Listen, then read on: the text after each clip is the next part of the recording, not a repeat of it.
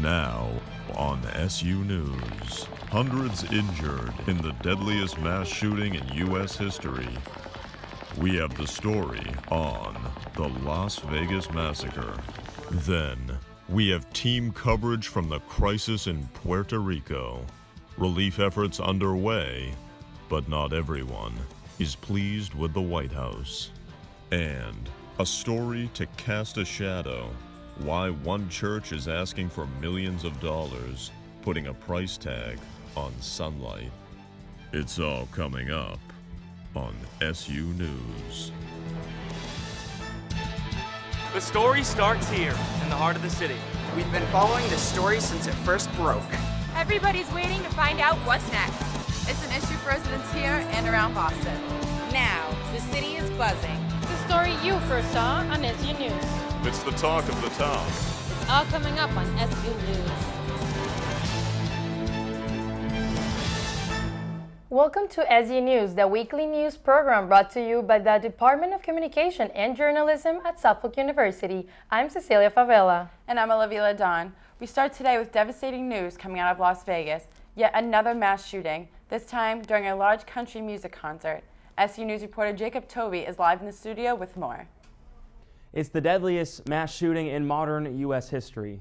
Late Sunday night, a gunman fired into a crowd of thousands at a country music festival in Las Vegas as mass shootings continue to plague the United States. That was the sound that thousands heard. A gunman, later identified as 64-year-old Stephen Paddock, started shooting sporadically into a crowd at a country music festival just across from the Mandalay Bay Resort and Casino. As shots were fired, people ran for their lives, trying to take cover. Students who have families in Las Vegas made sure to check in with their loved ones after hearing what had happened. I was confused, heartbroken, extremely upset, crying my eyes out when I first found out. I mean, the last few days have been really rough. First thing is, do I know anyone in that area? And so for me, I do. I have a few cousins that lived out there, and aunts and uncles, so a significant portion of my family. And so obviously that was the first thing that we did, was reach out to make sure they were okay. Obviously really sad, but that's obviously your first focus is on if your family's okay. Bella Kowalski, who lives in Las Vegas and has friends that dance at the Mandalay Bay Resort, spoke with SU News about the horrific tragedy. So I was in pure confusion. I had no idea what was going on. I immediately started bawling my eyes out. I know that I had mutual friends who were there, not anyone I know personally, but my first reaction was to text everyone I knew that was performing at Mandalay Bay and see if they were okay. Organizations in Massachusetts have made statements on the attack, including Boston police, saying that, quote, "Our hearts are heavy for the victims in Las Vegas." To the Las Vegas Metropolitan Police Department and all LE officers working there, be safe. You are in our prayers. Sources are now saying that Paddock did online research about hotels around Boston's Fenway Park, as well as around the Boston Center for the Arts. Now, Boston Police Commissioner William Evans has talked with Boston Red Sox officials to ensure that playoff games this weekend would have extra police presence in and around the ballpark. Cecilia, back to you. Thanks, Jacob. In other national news, Puerto Rico has been hit twice in the past month by Hurricanes Maria and Irma, and now countrywide efforts are being made to help the U.S. territory get back on its feet. SU News reporter Mary Boucher has more. Hurricane Maria, a Category 4 hurricane, has left the island of Puerto Rico in devastation. Mayor Walsh and Governor Baker are sending 69 local and state police officers to Puerto Rico to help with security duties. The officials will be there to help Puerto Rican officials enforce curfew and security measures. Massachusetts United for Puerto Rico is a state fund to support the island as it recovers from Hurricane Maria and Irma. These funds will be used for reconstruction and relief efforts. Many musicians have raised money along with supplies and aid. Jennifer Lopez was one of the first to donate $1 million to her country. Puerto Ricans are American citizens, and today Puerto Rico needs our help. Hurricane Maria has devastated our island. This is the strongest hurricane to strike Puerto Rico in nearly 90 years, and the consequences have been disastrous. Many places are asking for donations, such as Walgreens and CVS. Restaurants have also been collecting donations. The Royal Caribbean Cruise Line sent a ship loaded with supplies. On behalf of Suffolk University, we send our thoughts and prayers to those in Puerto Rico. I'm Mary Boucher for SU News. While Puerto Rico cleans up the mess that Hurricane Maria left behind, President Trump was finally able to visit the storm-ravaged island on Tuesday. Despite the White House actions, many on the U.S. territory were hesitant to greet him with open arms. Earlier this week, President Trump visited the U.S. territory of Puerto Rico, which is virtually unrecognizable even 2 weeks after Hurricane Maria tore through. His visit, in order to assess the damage and offer much-needed aid to its people, comes amid controversy that he's not providing enough resources or financial support. President Trump's visit on Tuesday was appreciated, all but expected, by Puerto Rican residents and officials. With his White House staff, he met with Governor Ricardo Rosselló and other military and Puerto Rican officials, praising their relief efforts. And you've done a fantastic job. The whole team has been amazing. And Governor, I just want to tell you that right from the beginning, this governor did not play politics. He didn't play it at all. He was saying it like it was, and he was giving us the highest grades. And I want to, on behalf of our country, I want to thank you. It was really amazing. Mixed in with this praise, some controversially worded comments from the president towards the U.S. territory as a whole. Now, I hate to tell you, Puerto Rico, but you've thrown our budget a little out of whack because we've spent a lot of money on Puerto Rico, and that's fine. We've saved a lot of lives. After this meeting, President Trump visited with Puerto Rican residents dealing with the mass devastation, as well as met with San Juan Mayor Carmen Yulín Cruz, who he criticized earlier in the week on Twitter, saying, "Such poor leadership ability by the mayor of San Juan and others in Puerto Rico who are not able to get their workers to help." Cruz is a graduate of Boston University, and with these local ties, residents around Boston are tending to support Mayor Cruz. There's a bad mentality out there that the enemy of Trump is my friend, and I mean, it's silly in most cases, but I think in this case, especially with the way that country is, the U.S. territory is at this point in time, there's no way you can't support her. Among all the controversy, Massachusetts congressmen like Senators Elizabeth Warren and Ed Markey are among the most critical against Trump's response. Senator Warren criticized the president over the weekend, tweeting, "The definition of poor leadership is sitting at your golf club while millions of U.S. citizens beg for your help." Massachusetts congressmen came together to send a letter to the White House, writing in part, "We are writing to urge you to immediately utilize all necessary authorities granted to you under the Defense Production Act to provide relief to Puerto Rico. Failure to be there in their time of need is both unacceptable and un-American." Almost all of the 3.4 million Puerto Rican residents are still struggling to get access to food, water, and most importantly, electricity. Hopefully, we see an increase in the support given to this island, which it so desperately needs. In Boston, Matt Brown, SU News. There are now over 9,000 relief personnel on the U.S. territory, with another 700 expected in the coming days. Incumbent Mayor Marty Walsh and Boston City Councilor Tito Jackson are the final two candidates in the race to become mayor of Boston. This week, both candidates spoke at a public forum in Jamaica Plain. SU News reporter Kelly Mitchell was there, and she's live in the city with more. Wednesday's event saw Councilor Jackson and Mayor Walsh agreeing on many topics, but there was one issue that did seem to separate them.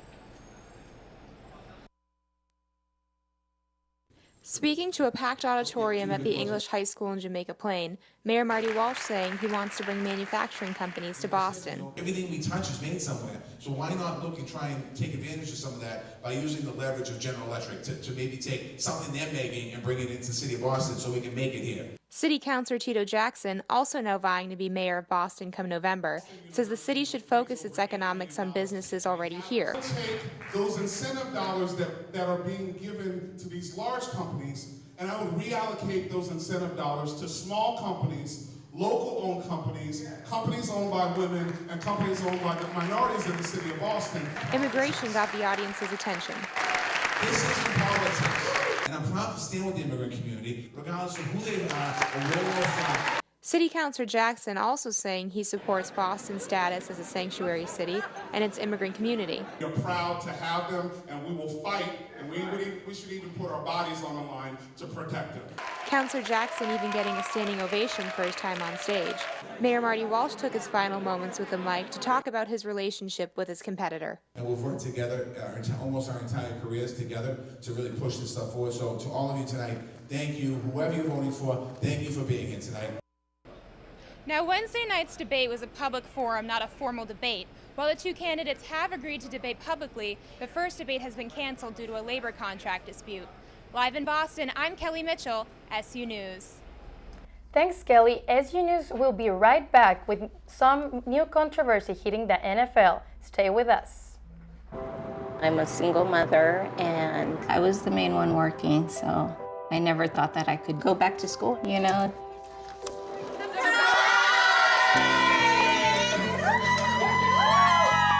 My sister, my mother, everybody wanted to help me with my kids. I could not have gotten my diploma without my family. Find free adult education classes near you at finishyourdiploma.org. Welcome back. NFL fans are outraged after Carolina Panthers quarterback Cam Newton made some degrading comments towards a female reporter. It all happened during a press conference earlier this week. After asking him about his receivers running routes, Newton responded saying that, quote, "It's funny to hear females talk about routes." After being dropped by sponsors, Newton issued an official apology on his Twitter account. Take a look. After careful thought, I understand that my word choice was extremely degrading and disrespectful to women. And to be honest, that was not my intentions. To the reporters, to the journalists, to the moms, super moms, to the daughters, the sisters, and the women all around the world, I sincerely apologize and hope that you can find the kindness in your heart to forgive me. Along with the apology, Newton also mentioned how he wants to continue to be a good role model and leader for his football organization and his two daughters.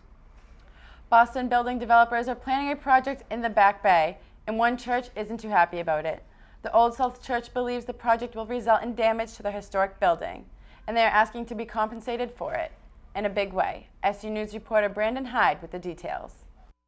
The Old South Church says the shadows cast from the proposed towers will cause outside damage, and the church is asking for $19 million. The Old South Church is putting a price tag on sunlight, and that price happens to be rather high. I don't think the church is being reasonable for wanting $19 million for this project. That would be like the Avalon at North Station wanting money for the new tower being put up in front of them.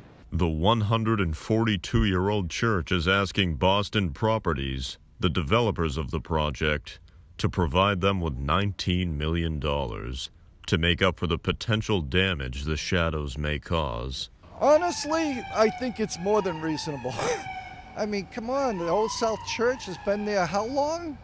And the reputation and what the gratitude the city has for this church to be there for us right across from the public library. They believe the shadows from the high-rise buildings will cause moisture damage and darken stained glass windows.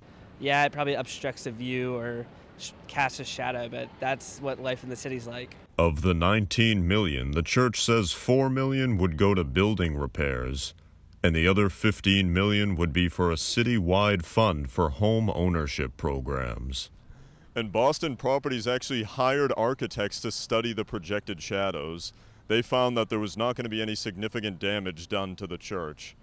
In Boston, Brandon Hyde, SU News. The Charles River Esplanade was colored with pink on Sunday, all for a very special cause.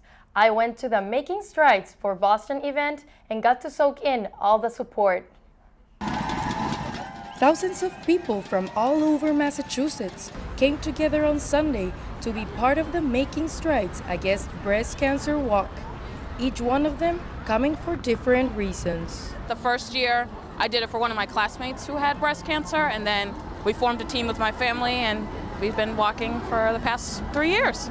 And while this year they celebrated the 25th anniversary, many participated for the first time and are looking forward to attending the future. I didn't know that it had been going on for that long, but I hope to be coming here for the next 25 years. After a beautiful walk, people are just thankful to have this day where they can share their stories and let others know they're not alone in this fight.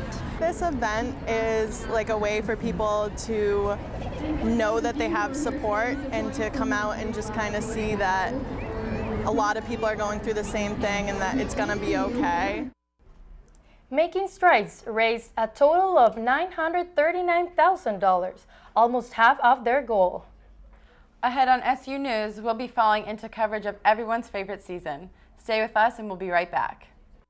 Listen, I realize that I'm not perfect, but it all really started to change because you judge me for having a problem. No one is going to know that I need help. I need help.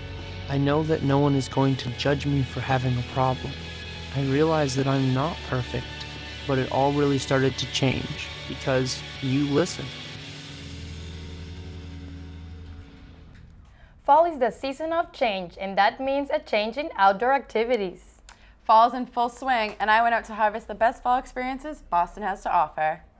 From pumpkins, crunchy colorful leaves, apple cider, and pumpkin spice, fall is underway. With many activities like apple picking, hay rides, pumpkin carving, and haunted houses, I went around Boston to see how excited people are for the fall and what their favorite fall thing to do is. I'd say my favorite thing about fall is the apple picking with my friends and my family. We do it a lot, almost every year. Favorite thing about fall is hiking and looking at the foliage with my friends in New Hampshire. I love fall. Yeah, Halloween's my favorite holiday by far. Yeah, definitely excited for fall. I think my favorite activity is traveling. I'm not from here. And then also eating caramel apple pops. And I'm really excited for fall. It's my favorite season, and I love apple picking. Apple picking sounds like a big hit for the fall season, where families get together to go to their local farms and pick out apples and pumpkins for the near holidays. 6-foot-long corn mazes to go running through, and spooky hay rides are a hit. We can't forget about Halloween around the corner with all the haunted houses and costume shopping you can't miss out. Pumpkin carving is great for family bonding and decorating for Halloween. Make sure to head down to your local farms and get all the apples and pumpkins while you can for the holidays. That does it for SU News. Thank you so much for being here with us. I'm Cecilia Favela. And I'm Olivia Ledon. We'll be back next week here on SU News. See you then.